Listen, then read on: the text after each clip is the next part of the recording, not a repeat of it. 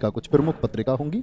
ये हमारा कल की क्लास का टॉपिक रहेगा। सम्मेलन, उपनाम और पत्रिका, या जो पुरस्कार आज रह जाएंगे वो भी हम कल खत्म करेंगे। ठीक है, तो बड़ा थोड़ा थोड़ा सा पढ़ा है हमने हिंदी साहित्य में, उम्मीद करूंगा बहुत अच्छा आपको लगा होगा।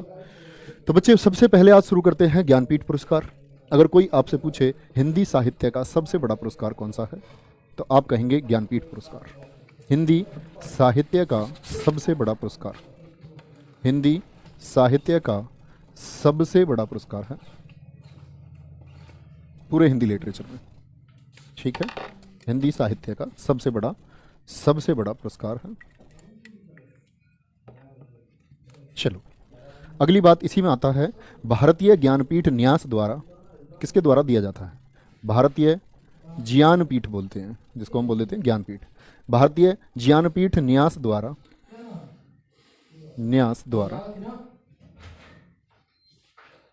भारतीय ज्ञानपीठ न्यास द्वारा भारत के किसी नागरिक को, देखो बड़ी महत्वपूर्ण लाइन है, किसको मिलेगा? सिर्फ और सिर्फ, ऐसा नहीं है विदेशी को, भारत के किसी नागरिक को, किसी नागरिक को 8वीं अनुसूची की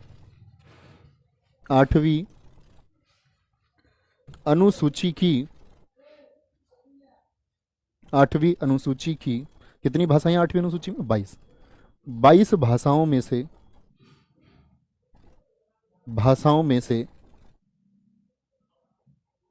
किसी एक भाषा को, तो कितनी भाषा हो गई अब तक? टोटल 22 हो गई। भाषा को प्रदान किया जाता है,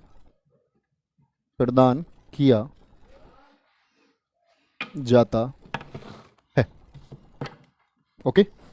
चलो, लेकिन याद रख लेना, लेकिन 2018 में यह अंग्रेजी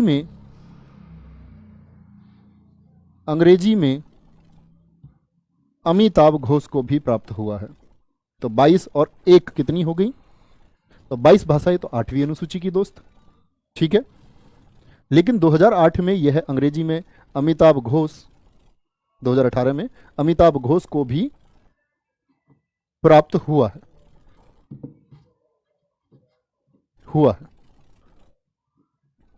तो कुल कितनी भाषाएं हो गई अब तक? 22 + 1। क्या बोलेंगे? 22 + 1। कल हमारा भी साथ छूट जाएगा। सर जी पिछले महीनों से आप हमारे साथ हैं, पिछले 5 महीनों से। ठीक है, किसी को नहीं भूलेंगे, आप बस नाम बता देना एक बार, द स्टूडेंट ऑफ खाकी बैच। भूलने की बात नहीं है, उत्तर प्रदेश फतह करने वाले हैं हम इस बार, निश्चिंत रहेंगे। तो इतनी बात में कोई दिक्कत? अगली बात आती है भारतीय ज्ञानपीठ के लिए। ठीक है, क्या क्या मिलता है इसमें? 11 लाख रुपए पुरस्कार राशि, 11 लाख रुपए, 11 लाख, डॉलर मत कर लेना, रुपए है, 11 लाख रुपए पुरस्कार राशि, प्लस में एक वाग्देवी बोलते हैं सरस्वती माता को, वाग्देवी प्रतिमा यानी कि मूर्ति। ठीक है, और ये मूर्ति भी किस धातु की बनी होती है? कांस्य की बनी होती है। प्लस में मिलता है आपका बच्चे एक प्रशस्ति पत्र, बोले तो सर्टिफिकेट, जिस पर लिखा होता है कि आपको इस वर्ष के लिए ज्ञानपीठ पुरस्कार मिला है। ओके, 11 लाख रुपए पुरस्कार राशि हो गई बच्चे। यहां तक कोई दिक्कत? कोई भी दिक्कत नहीं भाई। आगे आएंगे, 1961 में स्थापित हुआ। फाउंड कब किया गया इसको? 1961 में स्थापित हुए ज्ञानपीठ पुरस्कार। क्यों? क्योंकि ये जो ज्ञानपीठ है ना, इसके संस्थापक हैं, ज्ञानपीठ के संस्थापक थे, ज्ञानपीठ नाम की जो संस्था थी, ज्ञानपीठ के संस्थापक ये थे आपके साहू जैन। क्या बोलोगे? साहू शांति प्रसाद जैन, साहू शांति प्रसाद जैन, साहू शांति प्रसाद जैन के 50वें जन्मदिन पर, 50वें जन्मदिन पर कब स्थापित हुए? 1961 में स्थापित हुए। किसके? क्या बोलेंगे? ज्ञानपीठ के संस्थापक साहू शांति प्रसाद जैन के 50वें जन्मदिन पर। ओके, 1965 में पहली बार प्रदान किए गए। 1965 में ये बहुत पूछा जाता है। पहली बार प्रदान, मार्क करके रखना इसको, प्रदान किए गए कब? 1965 में। आते हैं अभी। 1965 में पहली बार प्रदान किए गए। बच्चे इसकी पुरस्कार राशि मैंने बताया आज 11 लाख रुपए है, लेकिन क्या हमेशा से 11 लाख थी? नहीं। लिखना, ध्यान से लिखना, यहां पर क्या लिखेंगे? शुरुआत में पुरस्कार राशि, शुरुआत में पुरस्कार राशि कितनी थी इसकी जब ये स्थापित किए गए थे? यानी 1961 में क्या प्लान बनाया गया कि भाई 1 लाख रुपए दिए जाएंगे, और 1965 में जब ये दिया गया तो 1 ही लाख रुपए दिए गए, 1 लाख रुपए। ठीक है बच्चे, फिर क्या बोलेंगे हम?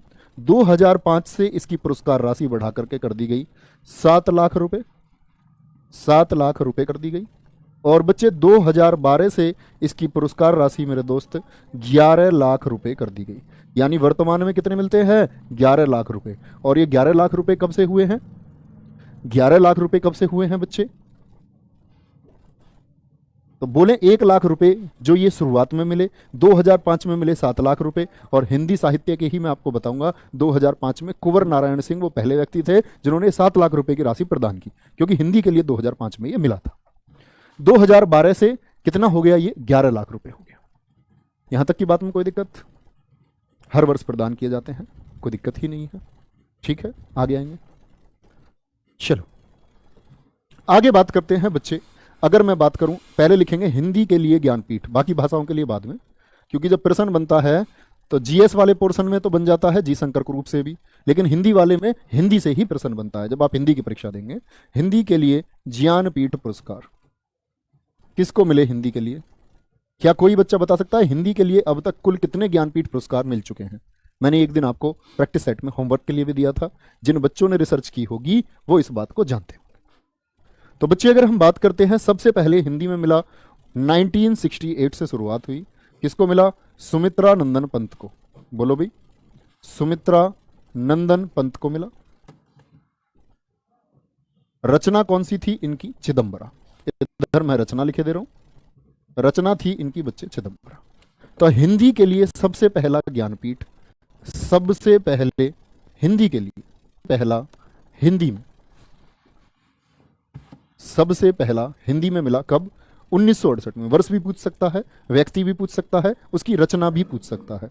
इसके बाद में 1972 रामधारी सिंह दिनकर। ये वैसे मैंने इतना बताया है आपको प्रैक्टिस सेट में, जो बच्चा जुड़ा हुआ रहा होगा उसको ये अब तक याद होंगे सारे, यहां रिवीजन हो रहा होगा। रामधारी सिंह दिनकर किसके लिए बच्चे? उर्वशी के लिए। किस रचना के लिए? उर्वशी के लिए प्राप्त हुआ। 1978 सच्चिदानंद हीरानंद वात्स्यायन अज्ञेय जी को मिला। बार बार पूछा जाता है, कौन सी रचना थी? कितनी नावों में कितनी बार, कितनी नावों में कितनी बार, कितनी नावों में कितनी बार। 1982 बहुत प्रचलित है, तो क्या बोलोगे? महादेवी वर्मा। महादेवी वर्मा किस रचना के लिए? यामा के लिए। किसके लिए बच्चे? यामा के लिए। तो यहां इंपॉर्टेंट बात आई कि मैं बात करता हूं सुमित्रा, ये पुरुष है बच्चे, महिला मत समझ लेना कभी, सुमित्रा नाम से ये समझो कि कोई औरत है ना, पुरुष है। तो पहली महिला ये कौन बनी? पहली महिला, पहली महिला हिंदी भाषा के लिए। किसके लिए? हिंदी भाषा में। तो हिंदी भाषा में ज्ञानपीठ पाने वाली पहली महिला कौन है? वो थी महादेवी वर्मा। और एक खास बात आपको बताऊं ज्ञानपीठ पुरस्कार की, नोट बना के लिखना। 1982 तक यह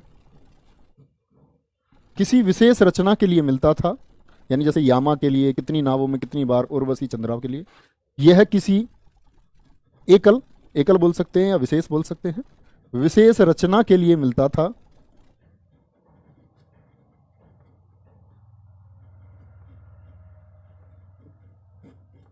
लेकिन क्या किया? लेकिन 1982 के बाद से, 1982 के बाद से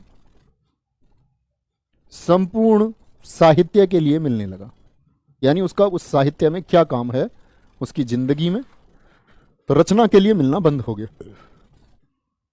गौरव यादव 1982 के बाद से संपूर्ण साहित्य के लिए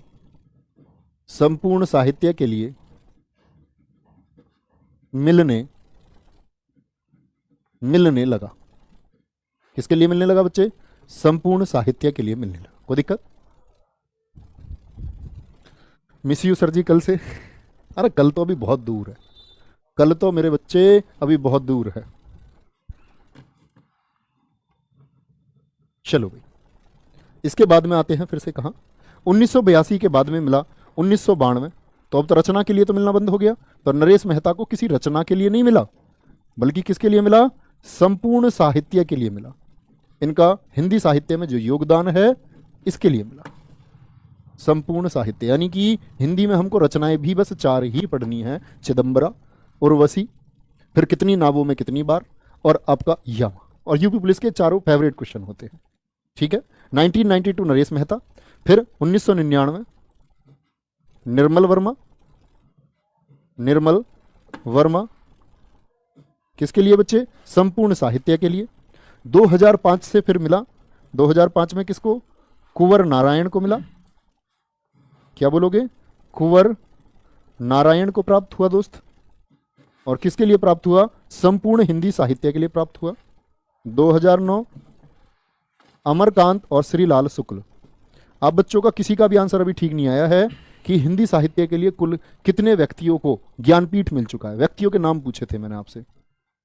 अमरकांत, क्या बोलोगे? अमरकांत और श्रीलाल शुक्ल 2 व्यक्ति ये थे।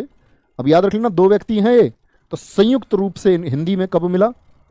2 व्यक्तियों को इकट्ठे अमरकांत और श्रीलाल शुक्ल को। सीधी सी बात है, किसके लिए? संपूर्ण साहित्य के लिए। 2009 2013 की बात आई बच्चे। 2013 में किसको मिला? केदारनाथ सिंह को मिला। किसके लिए मिला केदारनाथ सिंह जी को? हिंदी साहित्य के लिए मिला। 2017, अब नाम गिन के बताओ मुझे फटाफट से, कितने नाम हो गए? 2017 के लिए कृष्णा सोबती को मिला।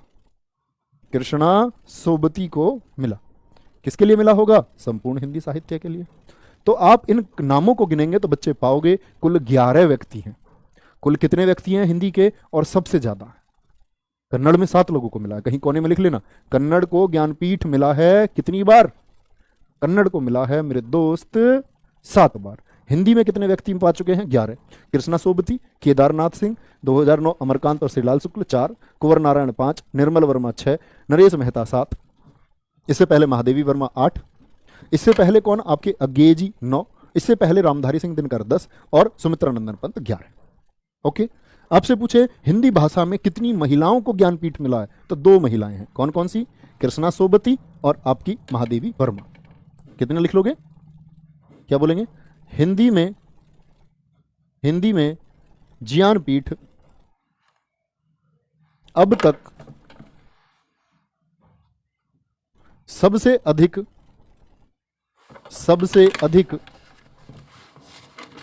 11 बार, सॉरी 11 बार नहीं कह सकते, बार तो 10 ही बोलेंगे क्योंकि एक बार तो संयुक्त हो गया ना। सबसे अधिक 11 व्यक्तियों को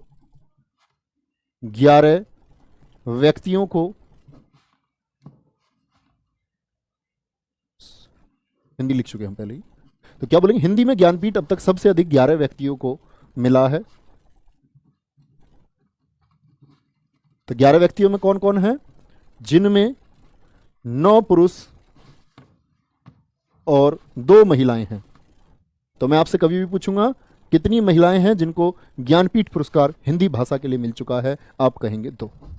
क्या बोलेंगे? 2। कोई दिक्कत? चलो, हिंदी के अलावा नहीं पढ़ने हैं कोई से भी, हिंदी के अलावा कोई से भी नहीं पढ़ने। कन्नड़ के लिए मैंने बताया आपको 7 को मिल चुका है। ठीक है, बहुत बढ़िया विशाल सोनकर जी। अरे तुम झूठ तो नहीं बोलते हो? प्रिया गुरुजी कह के बहकाते हो कभी मुझको, है? सच में प्रिया हूं मैं। चलो, थैंक यू। आगे आएंगे, क्या बोलेंगे?